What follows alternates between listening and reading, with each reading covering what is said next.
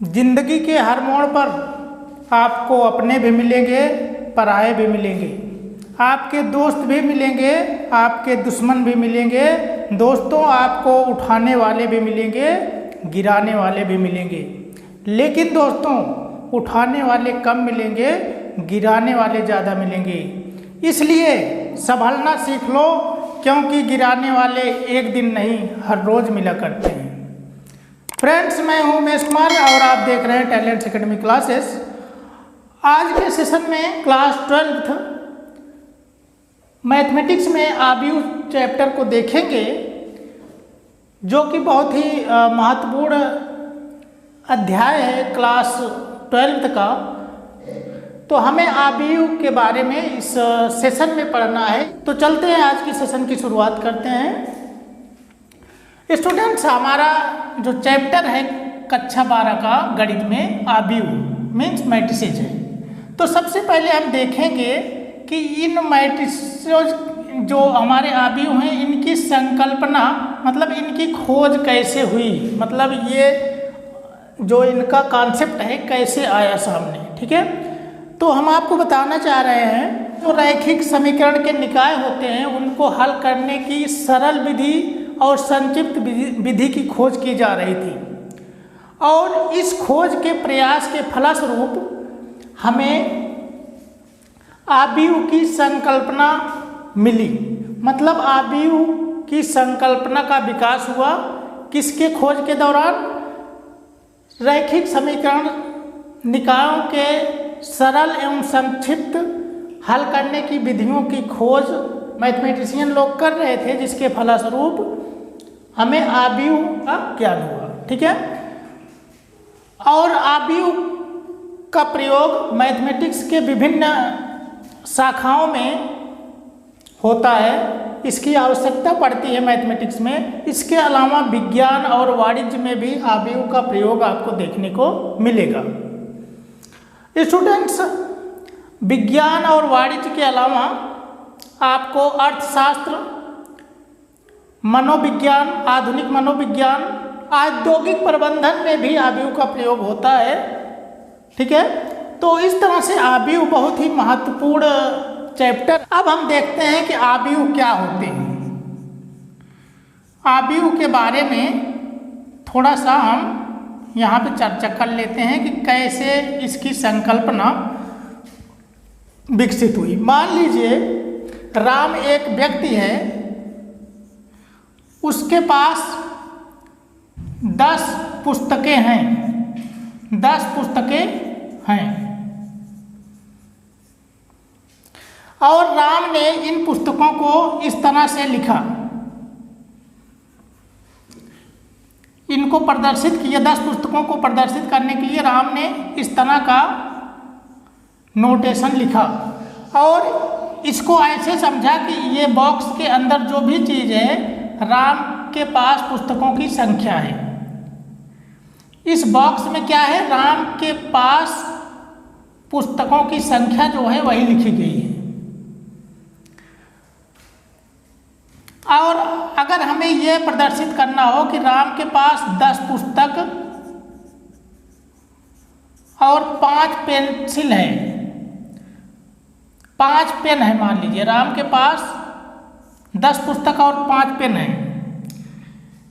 इसको अगर इस तरह से प्रदर्शित किया जाए 10, 5, और ये समझकर इसको ऐसे लिखा जाए कि इसके बॉक्स के अंदर जो भी चीज़ है वो पहली एंट्री है, राम के पास पुस्तकों की संख्या है, और जो दूसरी एंट्री है, मतलब दूसरी जो चीज़ जो लिखी है, राम के पास पेन कितने हैं उसको लिखा गया है।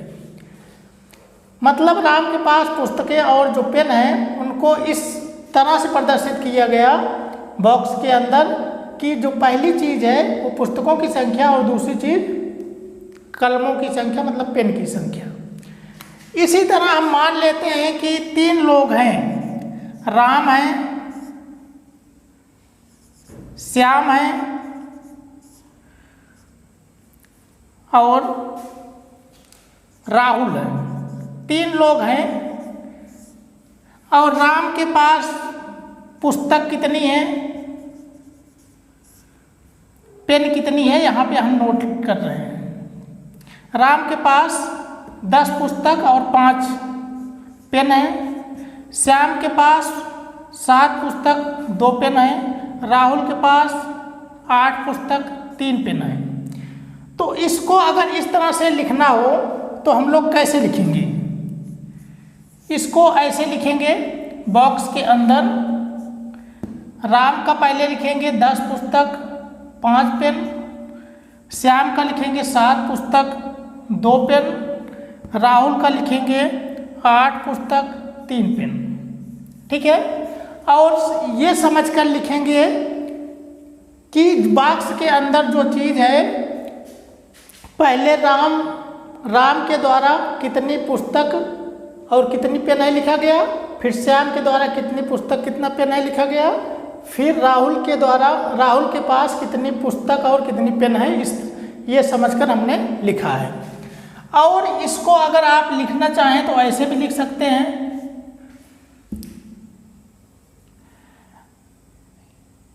ये तो राम के पास इतना हो गया, ये राहुल के पास, ये श्याम के पास हो गया और ये राहुल के पास। ठीक है, अगर इसको हम चाहें तो ऐसे लिख दें 10 5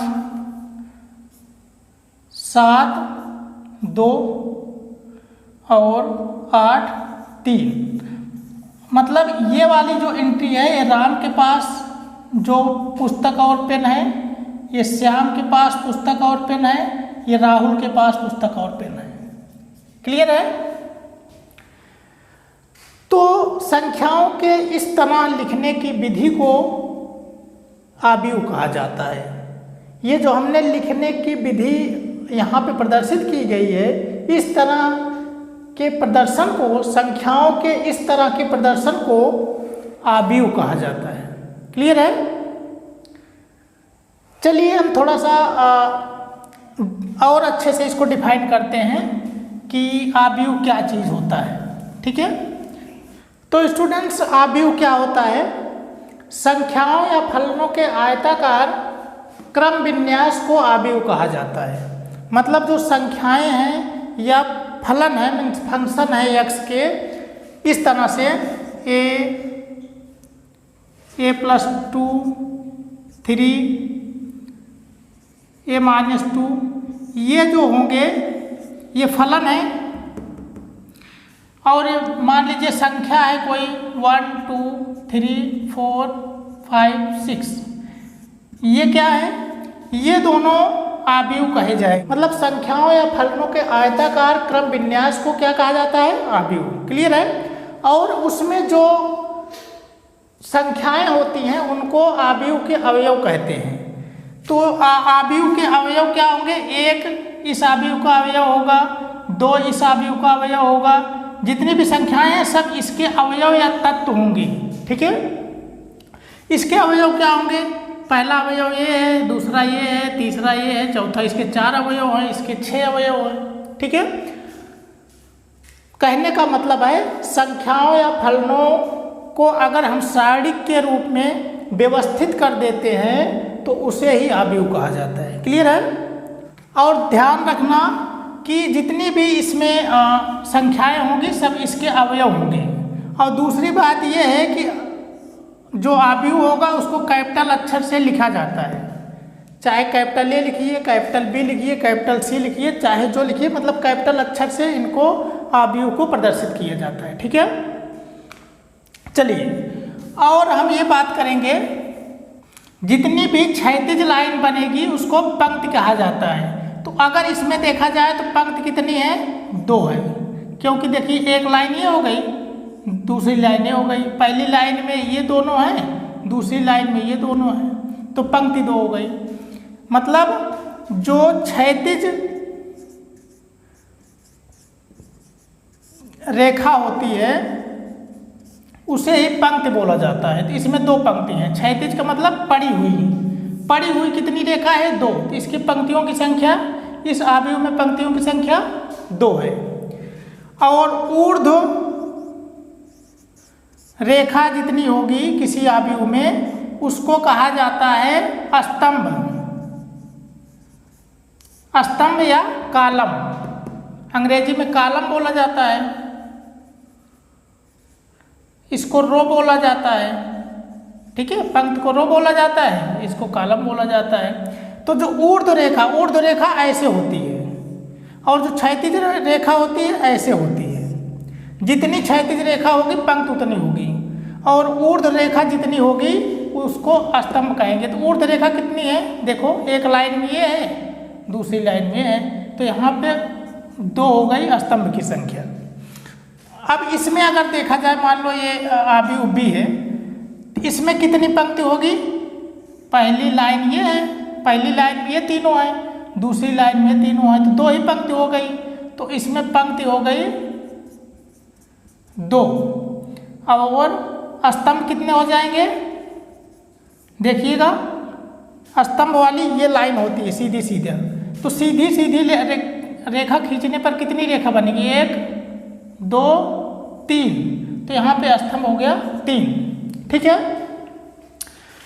दूसरी चीज आपको ये समझना है, चलिए ये समझ में आ गया होगा। अगला जो टॉपिक है, आबीयु की कोटि किसे कहते हैं। आबीयु की कोटि means order of matrix, order of A matrix किसे कहेंगे। देखिएगा बहुत ही सिंपल है, कोई आबीयु है, कोई आबीयु दिया है, तो उसमें पंक्ति कैसे निकालेंगे हमने बता दिया। जितनी भी क्षैतिज लाइन होगी, ये क्षैतिज लाइन जितनी होगी पंक्ति उतनी हो जाएगी। और स्तंभ किसे कहेंगे, जितनी भी इस तरह की लाइन होगी, मतलब ऊर्ध्व लाइन जितनी होगी उतने स्तंभ होती है। तो पंक्ति गुणे स्तंभ जैसे ही आप लिखेंगे, इसी को कहा जाता है कोटि, इसी को आबीयु की कोटि बोला जाता है।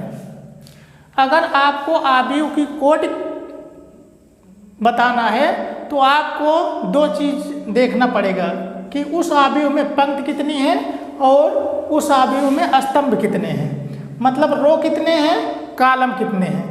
रो क्रॉस कॉलम लिख देंगे तो कोटि हो जाएगी। जैसे मान लीजिए एक एग्जाम्पल है, ए आबीयु है आपका 1 2 3 4,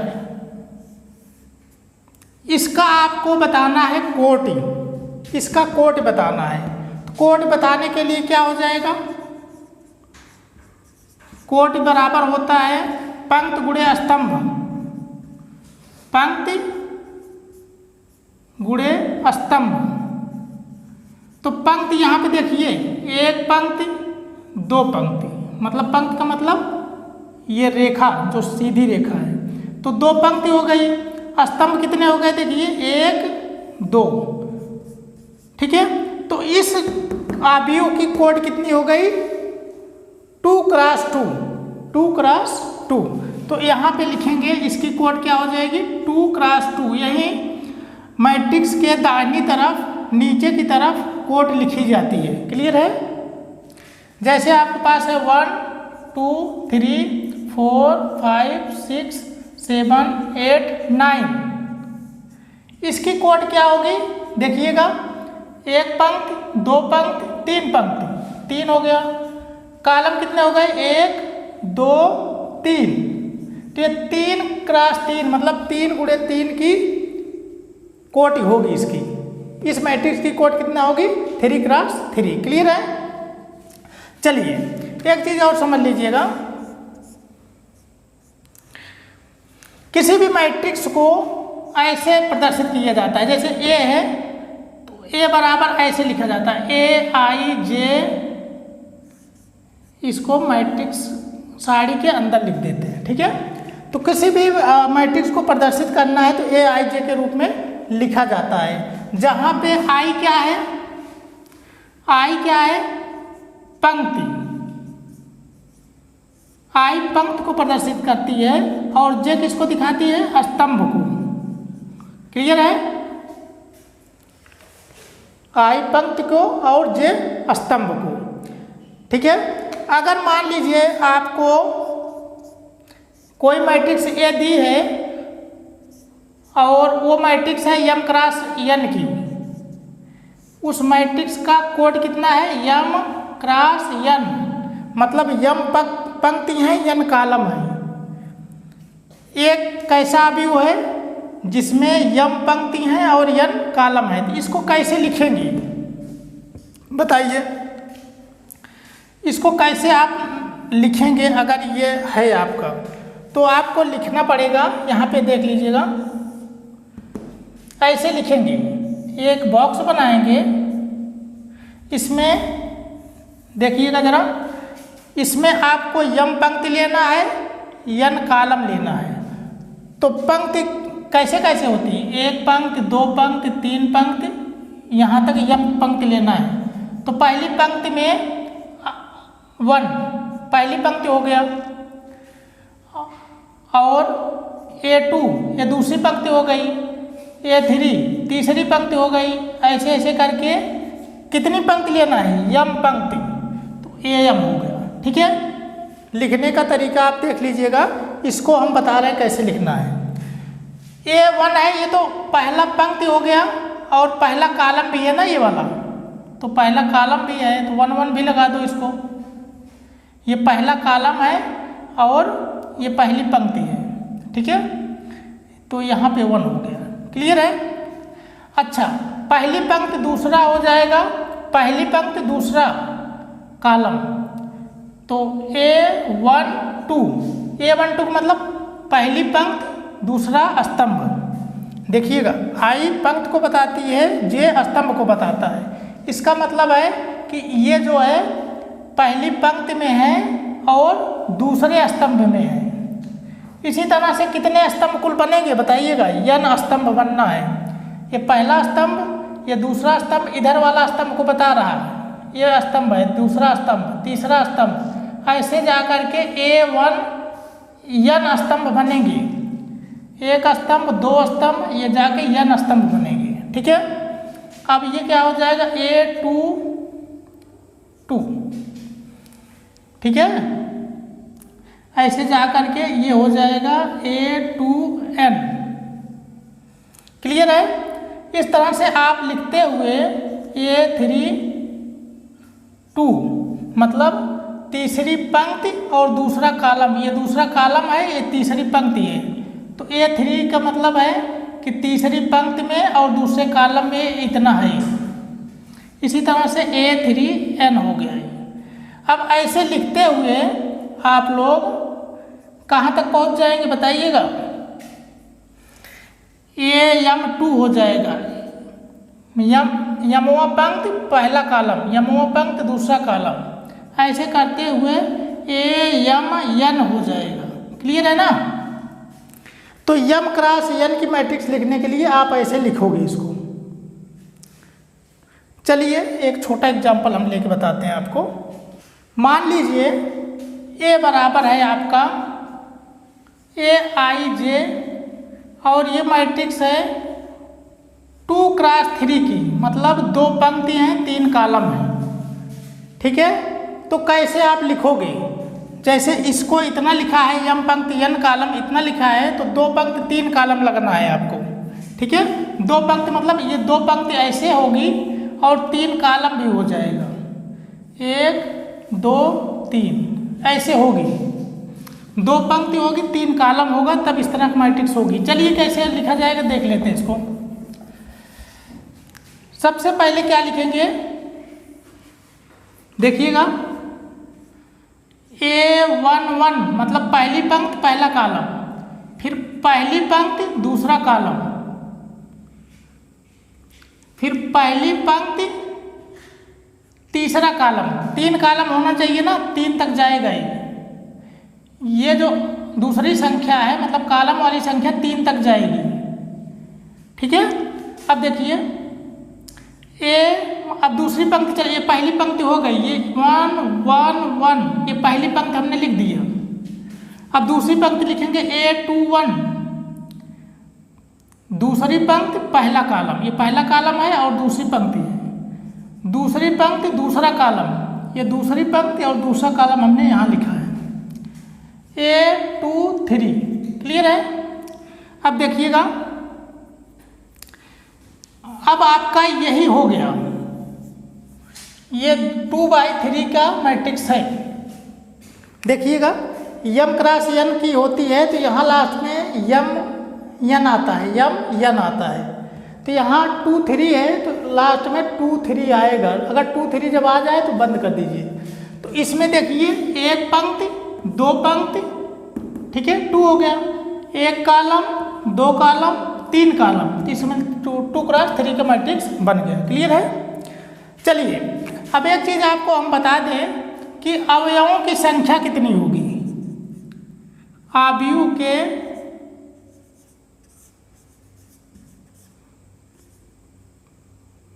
अवयवों की संख्या, अवयवों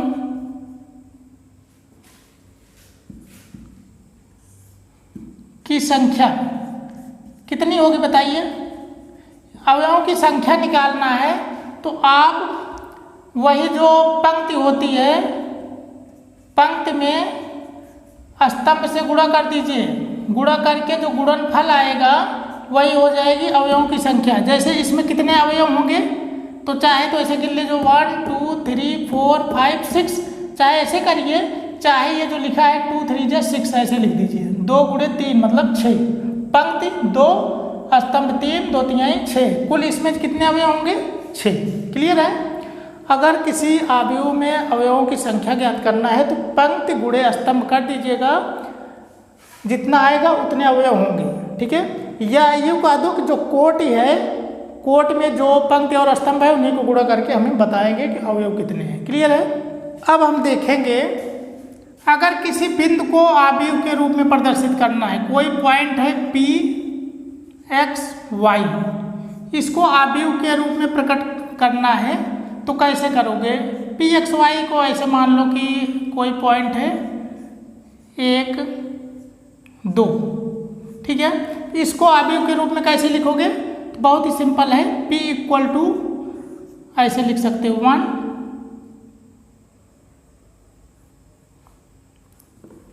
1 2 ऐसे लिख दो, या इसी को ऐसे भी लिख सकते हो 1 2। क्लियर है? ये किसी भी बिंदु को आप अवयव के रूप में ऐसे लिख सकते हो। ठीक है? चलिए अगर किसी त्रिभुज को या किसी चतुर्भुज को अवयव के रूप में लिखना है तो कैसे लिखोगे।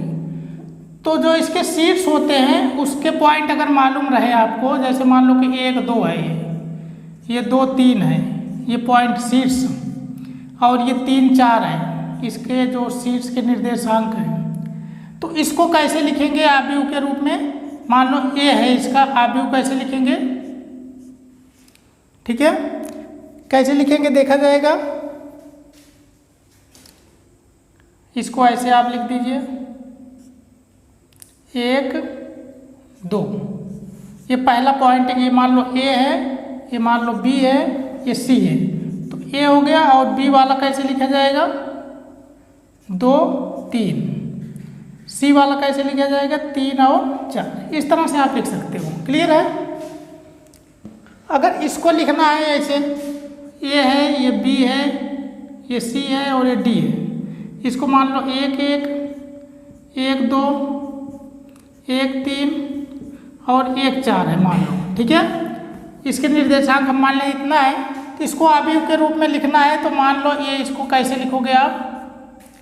पहले पॉइंट A को लिखो 1 1 1 1, फिर 1 2, ये B वाला पॉइंट हो गया, फिर C वाला क्या हो जाएगा 1 3, D वाला क्या हो जाएगा यहाँ से 1 4। इस तरह से आप लिख सकते हो।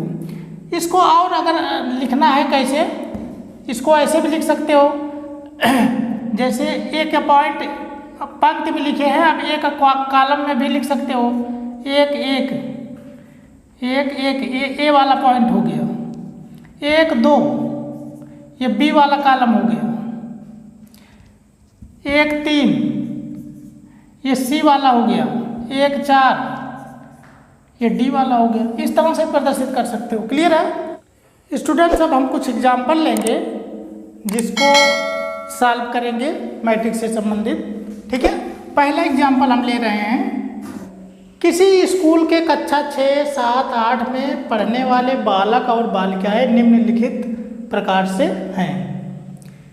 मतलब कक्षा 6 में 10 बालक 7 बालिकाएं, कक्षा 7 में 15 बालक 10 बालिकाएं, कक्षा 8 में 20 बालक 25 बालिकाएं हैं। तो क्या करना है, उपयुक्त सूचना को, मतलब ये जो सूचना प्रदर्शित हो रही है इसको आव्यूह के रूप में दिखाइए, आव्यूह के रूप में इसको लिखिए। और दूसरी चीज़ ये है कि तीसरी पंक्ति और दूसरे स्तंभ की प्रविष्टि क्या प्रकट करती है। मतलब तीसरी पंक्ति, ये तीसरी पंक्ति है और दूसरे स्तंभ, तीसरी पंक्ति दूसरा स्तंभ, पहला स्तंभ ये है दूसरा स्तंभ है, तो ये वाली क्या प्रदर्शित करती है इसको बताना है। ठीक है, चलिए इसको हल करते हैं। सबसे पहले इसको किसके रूप में लिखेंगे आप, आव्यूह के रूप में। तो मान लो आव्यूह ए है, ठीक है, इसको आव्यूह के रूप में लिखना है तो क्या करोगे, यहाँ पे कक्षा 6 हो गया, इसमें 7, इसमें 8 वाला लिखो। इसमें पहले कॉलम में बालक लिखोगे, दूसरे में बालिका 10, 15 और 20। फिर बालिका कितनी है, 7, 10, 25। क्लियर है, तो आपने आव्यूह के रूप में इसको प्रदर्शित कर दिया। क्लियर है, अगर इसको ऐसे भी लिख सकते हो, कैसे, ये जो कक्षा 6 के हैं, कक्षा 6 वाला कॉलम बनाओ, कक्षा 7 वाला कॉलम बनाओ, कक्षा 8 वाला कॉलम बनाओ। अभी तो हम कक्षा का जो कक्षा वाला 3 जो कक्षा है उसको पंक्ति के रूप में लिखे हैं, अब हम कॉलम के रूप में इसको लिख सकते हैं। ठीक है, तो कक्षा 6 का जो है यहाँ पे 6 का, यहाँ पे 7 का, यहाँ पे 8 का, इसे लिखो इसको। 6 वाले में क्या है देखिए, 10, 7, तो यहाँ 10 बालक 7 बालिकाएं, 15 बालक 10 बालिकाएं, 7 में 15 बालक 10 बालिकाएं, 8 में 20 बालक 25 बालिकाएं, ऐसे भी लिख सकते हो। कहने का मतलब यह है कक्षाओं की स्तंभ बन गई, यहाँ पे कक्षाओं की पंक्ति बनी थी। क्लियर है ना। चलिए, अब एक चीज़ तो हमने कर लिया, आव्यूह के रूप में प्रदर्शित कर दिया। अब हमें बताना है तीसरी पंक्ति दूसरा स्तंभ। कहने का मतलब ए तीसरी पंक्ति दूसरा स्तंभ, A32 निकालना है। A32 मतलब ये जो आव्यूह बना है इसका तीसरी पंक्ति दूसरा कॉलम। ठीक है, तीसरी पंक्ति देखिए, 1 पंक्ति 2 पंक्ति 3 पंक्ति। तीसरी पंक्ति तो हम समझ गए कि ये वाली है, और दूसरा स्तंभ तो पहला स्तंभ ये है, दूसरा स्तंभ ये है, तो दोनों ये और ये जब क्रॉस करेंगे तो ये वाला आएगा। इसका मतलब ये है 25, और 25 क्या प्रदर्शित कर रही है, क्या प्रकट करती है, ये 25 बताती है कि कक्षा 8 में कितनी बालिकाएं हैं। ये है कक्षा 8 के बालिकाओं की संख्या। क्या है ये, कक्षा 8 के बालिकाओं की संख्या। ठीक है ना। डियर स्टूडेंट्स, हमारा जो अगला प्रॉब्लम है, एग्जाम्पल लिए हैं आव्यूह से, वो ये है कि किसी आव्यूह में कितने अवयव हैं, 8 अवयव हैं। ठीक है, इसकी संभव कोटियाँ क्या हो सकती हैं, मतलब किस किस क्रम की कोटियाँ बन सकती हैं जिसमें 8 अवयव हैं। अगर किसी आव्यूह में 8 अवयव हैं तो उस किस किस क्रम की कोटियाँ बन सकती है। ठीक है, मतलब क्या क्या कोटियाँ हो सकती हैं उस आव्यूह की। चलिए यहाँ पे देखिए, अच्छा ये अवयव यहाँ हल करिए। अवयवों की संख्या क्या होती है, अवयवों की संख्या अगर निकालना है कि संख्या अगर निकालना है आपको, तो ये होता है पंक्ति गुणे स्तंभ, यही तो होता है ना। अभी इसको बताए हम, पंक्ति गुणे स्तंभ करोगे तो अवयव आएंगे। तो यहाँ पे 8 है आपके पास। ठीक है, आपके पास अवयवों की संख्या 8 है। तो आपको अब खोजना है कि कितनी पंक्ति लें, कितना स्तंभ लें जिसको गुणा करने पर 8 हो जाए।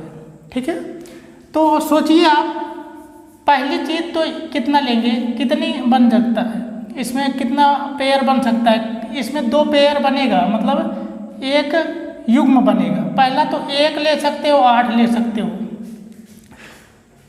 मतलब आव्यूह में एक पंक्ति हो 8 कॉलम हो तो उसमें 8 अवयव हो सकते हैं। दूसरा क्या हो सकता है कि 8 पंक्ति हो और 1 कॉलम हो, 8 पंक्ति हो 1 कॉलम हो तब भी आव्यूह बन जाएगी जिसमें 8 अवयव होंगे। तीसरा क्या बन सकता है कि 2 पंक्ति हो और 4 कॉलम हो, 2 पंक्ति हो 4 स्तंभ हो तब भी 8 बन जाएगा, 2 चौक 8। या ये तीसरा संभावित कोटि हो गई। चौथा हो जाएगी 4 पंक्ति हो और 2 स्तंभ हो, ठीक है, तब आपका 4x2 का मैट्रिक्स बनेगा जिसमें अवयवों की संख्या 8 हो जाएगी। क्लियर है? तो कुल संभावित कोटियाँ क्या हो सकती हैं? पहले ये हो सकती है 1 8, दूसरा होगा 8 1, तीसरा होगा 2 4 और चौथा होगा 4 2। तो संभावित कोटियाँ ही हो गई। तो यहाँ लिख सकते हो संभव कोटियाँ क्या क्या हो सकती हैं? 1 गुणे 8, 1 गुणे 8, फिर 8 गुणे 1, फिर 2 गुणे 4, फिर 4 गुणे 2। यही संभव कोटियाँ हैं।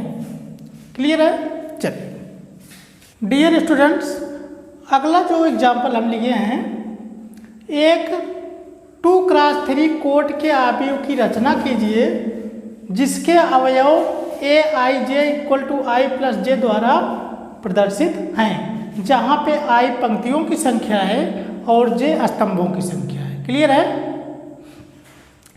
तो प्रॉब्लम के अकॉर्डिंग हम यहाँ पे समझ पाते हैं कि सबसे पहले हमें 2x3 की आव्यूह लेना है, मतलब 2 पंक्ति होना चाहिए, 3 कॉलम होना चाहिए। तो हम जानते हैं, यहाँ पे देखिए, अगर कोई हम एग्जाम्पल ले लें, a = aij, किस कोट का बनना है? 2x3। तो कैसे लिखेंगे? हमने आपसे चर्चा किया था कि इसको कैसे लिखेंगे। इसको ऐसे लिखेंगे a11 a12 a13 a21 a22 a23, यही होगा जिसमें 2 पंक्ति है 3 कॉलम है। देखिए 2 पंक्ति हो गई और 3 कॉलम, 1 2 3 कॉलम हो गए, 1 2 पंक्ति हो गए। ठीक है, कहने का मतलब अब यही हमारी आव्यूह होगी और इसमें जो a11 है a12 है इसको निकाल के यहाँ पे रखना पड़ेगा। क्लियर है? तो अब हम सबसे पहले निकालेंगे, अब यहाँ लिखेंगे चूंकि सिंस aij, यहाँ पे aij आपको लिखा है, कैसे लिखना है, aij = i + j, ये दिया है। तो हमें निकालना है a11, पहले ये चीज़ निकालेंगे, ये सब का मान निकाल करके इसी में रख देंगे। तो a11 है, इसको निकालिए, a11 क्या हो जाएगा? 1 + 1 = 2, क्योंकि aij का मतलब होता है i में j से, मतलब i और j को जोड़कर लिखा जाता है। तो a11 का मतलब 1 + 1 हो जाएगा इसके अकॉर्डिंग। क्लियर है ना? जैसे ये लिखा है, ये पहला और जो दूसरा है दोनों को जोड़ा गया है, इसमें पहला दूसरे को जोड़ेंगे 2 आएगा। इसी तरह a12 निकालिए, a12 निकालेंगे तो आएगा 1 + 2 = 3, ये हो गया। a13 निकालिए तो आएगा 1 + 3 = 4। ठीक है, अब a21 निकालिए, a21 तो इक्वल टू आएगा 2 + 1 = 3, a22 2 + 2 = 4, a23 ये वाला क्या आ जाएगा 2 + 3 = 5। इस तरह से हमने सबको निकाल लिया, तो सब का मान यहाँ पे रख दीजिए। तो ये चीज़ बराबर क्या हो जाएगा, पहला का क्या आया है 2, फिर उसके बाद 3 4, फिर ये वाला क्या है 8 1 3 4 5। तो स्टूडेंट्स इस तरह से आप मैट्रिक्स पा गए। किस आर्डर की मैट्रिक्स है, 2 क्रॉस 3 की। ठीक है, हमारा ये प्रॉब्लम सॉल्व हो गया। 2 क्रॉस 3 की मैट्रिक्स आ गई है, जिसके अवयव कैसे हैं, Aij equal to I plus J. मतलब A11 कितना हो जाएगा, 2 हो जाएगा, 1 1 2, ये 2 1 3, यहाँ पे 3 हो जाएगा, यहाँ पे 4 आ जाएगा, देख लीजिए। क्लियर है। चलिए डियर स्टूडेंट्स, जो अगला टॉपिक है आपके आव्यूह चैप्टर में, वो ये है कि आव्यूहों के प्रकार, मतलब आव्यूह कितने प्रकार के होते हैं उसको हम लोग देख लेते हैं। ठीक है, तो सबसे पहला प्रकार है आव्यूह का स्तंभ आव्यूह, means column matrix. Column matrix किसे कहेंगे, ऐसा मैट्रिक्स मतलब ऐसा आव्यूह जिसमें केवल एक ही स्तंभ हो, उसको स्तंभ आव्यूह कहा जाता है। ऐसा आव्यूह जिसमें स्तंभों की संख्या केवल 1 हो। ठीक है, तो स्तंभों की संख्या 1 होगी तो कैसे हो सकता है, जैसे आप लिखें 1 2, ये देखिए ये आपका स्तंभ मैट्रिक्स हो गया। जैसे देखिए यहाँ पे 1 2, ये स्तंभ आव्यूह हो गया। देखिए एक ही कॉलम बन रहा है इसमें, 1 2 3, ये क्या है स्तंभ आव्यूह। X Y Z, ये क्या है स्तंभ आव्यूह। ठीक है, ये सारे जो हैं स्तंभ आव्यूह हैं, क्योंकि इसमें एक ही स्तंभ है। क्लियर है। चलिए दूसरा है हमारा पंक्ति आव्यूह। पंक्ति आव्यूह किसे कहेंगे, पंक्ति आव्यूह का मतलब होता है रो मैट्रिक्स।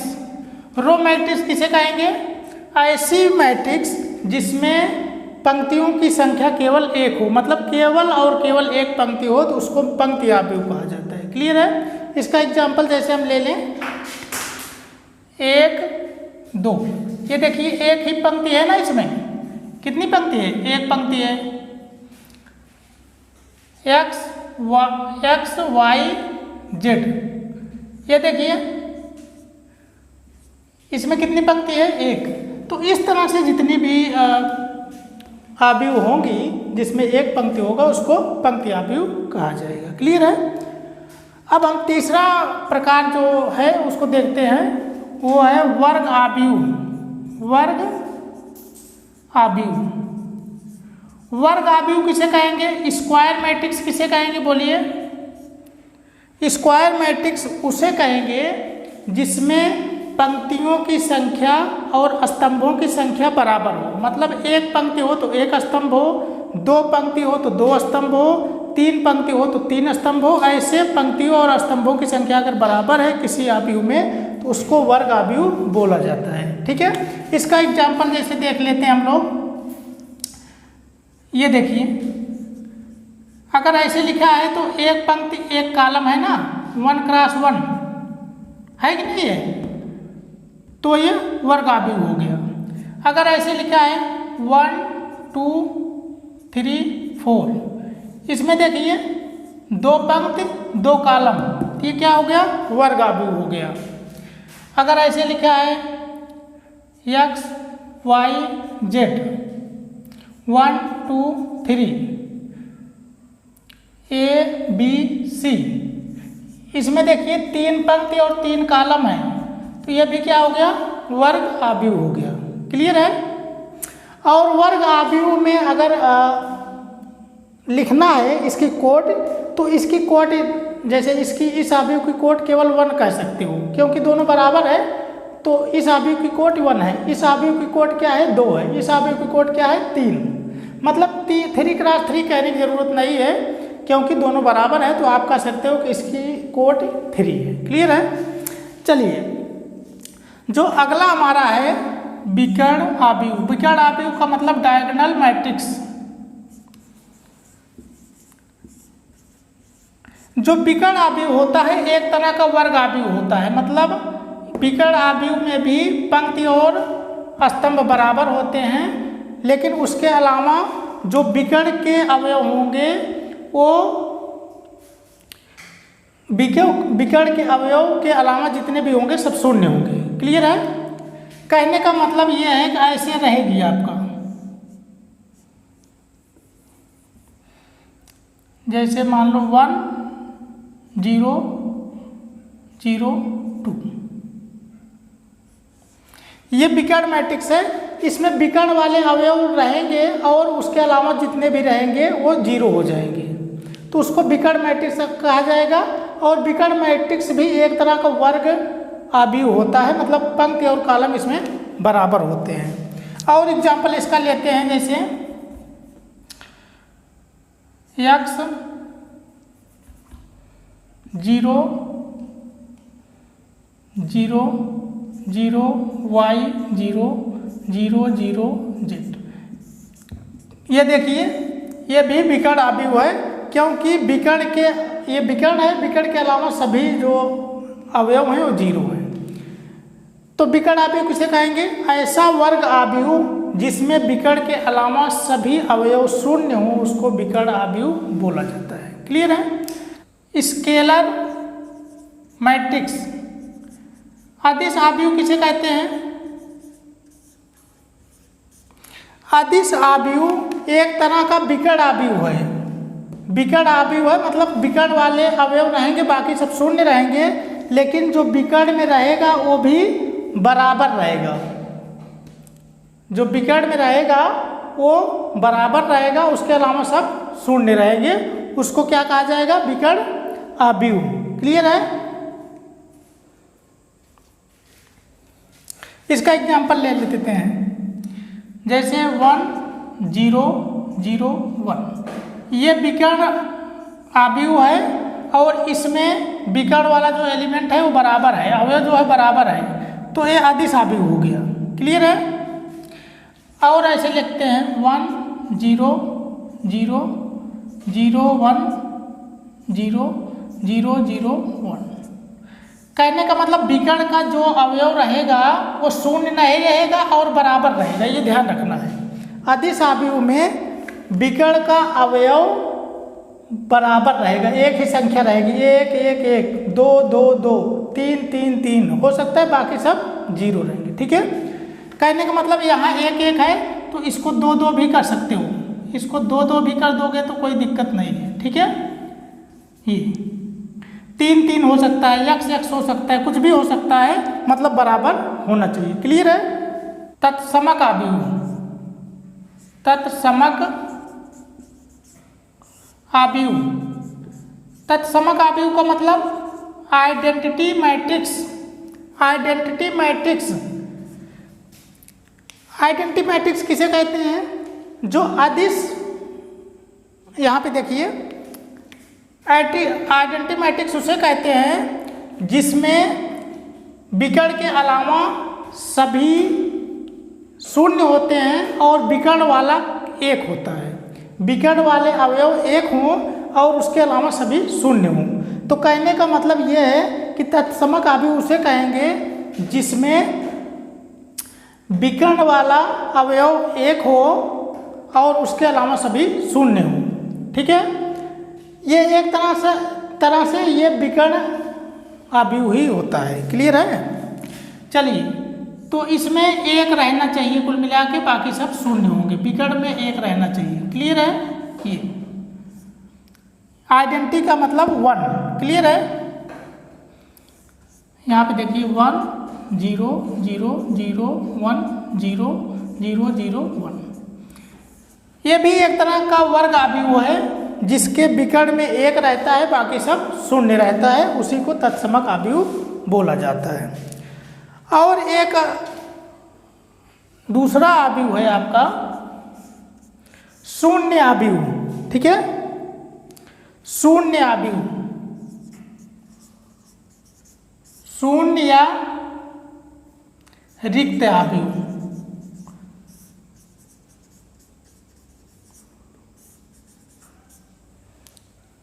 शून्य या रिक्त अवयव मतलब जीरो मैट्रिक्स। जीरो मैट्रिक्स किसे कहेंगे? ऐसा मैट्रिक्स, ऐसा अवयव जिसमें सभी अवयव शून्य हो। ऐसा मैट्रिक्स जिसमें सभी अवयव शून्य हो उसको कहा जाता है शून्य अवयव। क्लियर है? चलिए ये देखिए, ये शून्य अवयव है, ये शून्य अवयव है, सभी अवयव शून्य होना चाहिए, शून्य। ये देखिए ये सब शून्य अवयव है। क्लियर है? तो स्टूडेंट्स आशा करते हैं कि अवयवों के जो प्रकार हैं आपको समझ में आए होंगे। क्लियर है? डियर स्टूडेंट्स, अब हम देखेंगे अवयवों की समानता। मतलब दो अवयव दिए गए हों तो वो कब समान कहे जाएंगे, मतलब वो दोनों बराबर कब होंगे। चलिए दो अवयव लेते हैं। पहला लेते हैं ए आई जे, ठीक है, और दूसरा है बी, उसको लिख देते हैं बी आई जे। ये दोनों बराबर कब होंगे? तो इन दोनों को बराबर होने के लिए मतलब ए और बी बराबर होंगे यदि पहला चीज ए और बी की कोट, ए और बी की कोट बराबर हो, कोट समान हो। ठीक है? अगर इनकी कोट समान है उसके साथ साथ ए का प्रत्येक अवयव, ए का प्रत्येक अवयव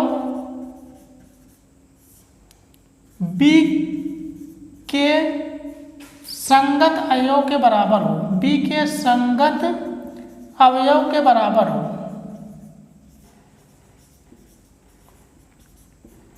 ठीक है? कहने का मतलब दो अवयव बराबर कहे जाएंगे, समान कहे जाएंगे यदि पहली चीज उन दोनों की कोटियां समान हो। 2 क्रॉस 2 का ये है तो 2 क्रॉस 2 का ये भी हो। ठीक है? 3 क्रॉस 3 का ये है तो 3 क्रॉस 3 का ये है।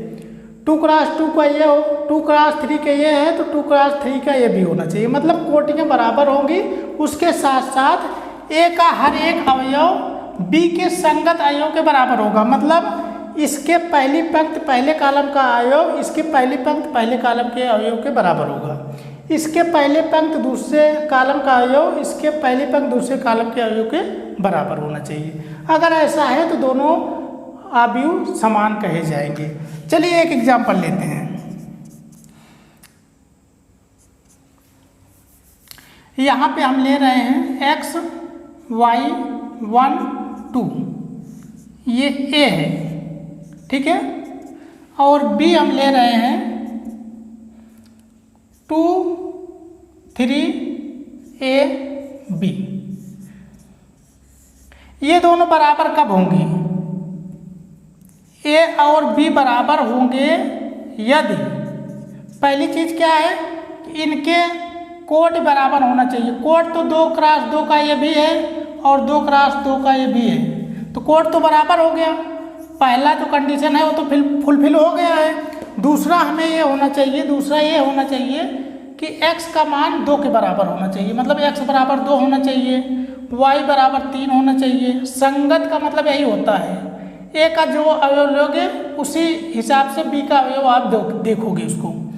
तो y बराबर यहाँ पे 3 होना चाहिए और a बराबर 1 होना चाहिए। ठीक है? ये दोनों बराबर तभी होंगे जब इनकी कोटियां बराबर होना चाहिए। पहली चीज तो कोटियां तो बराबर है, इसलिए पहला चीज तो सही है। दूसरा ये होना चाहिए कि संगत अवयव इसका पहला इसके पहले बराबर होना चाहिए। मतलब x बराबर 2 होना चाहिए, y बराबर 3 होना चाहिए। ठीक है? और 1 किसके बराबर होना चाहिए? 1 के। ठीक है? और b का मान 2 होना चाहिए। अगर ऐसा है तो ये दोनों क्या हो जाएंगे? बराबर हो जाएंगे। क्लियर है? अगर इस तरह से है x का मान 2, y का मान 3, a का मान 1, b का मान 2, तो ये दोनों बराबर हो जाएंगे। क्लियर है ना? चलिए तो स्टूडेंट्स अवयवों के समानता पर एक एग्जाम्पल हम लिए हैं कि दो अवयव हैं जो बराबर है, ठीक है, पहला अवयव ये है, दूसरा अवयव ये है, ये दोनों बराबर दिए गए, क्लियर है। ये बराबर दिए गए हैं तो हमें x और y z के मान बताना है। x का मान क्या होगा, y का मान क्या होगा, z का मान क्या होगा, क्लियर है। तो इसको चलते हैं सॉल्व करें। देखिएगा, अगर दो अवयव बराबर हैं इसका मतलब ये है कि उनकी कोटियाँ बराबर होनी चाहिए तभी बराबर होंगी। तो ये कोटियाँ बराबर हैं। और दूसरी चीज़ ये है कि उनके संगत या अवयव बराबर होंगे तभी ये बराबर हैं। कोट भी बराबर होगी और संगत अवयव भी बराबर होंगे तभी ये दोनों बराबर हैं, क्लियर है ना। तो कोट तो बराबर है, कोट क्या है, बराबर है, और संगत अवयव भी बराबर होंगे, इसलिए हम क्या लिखेंगे, यहाँ लिखेंगे चूंकि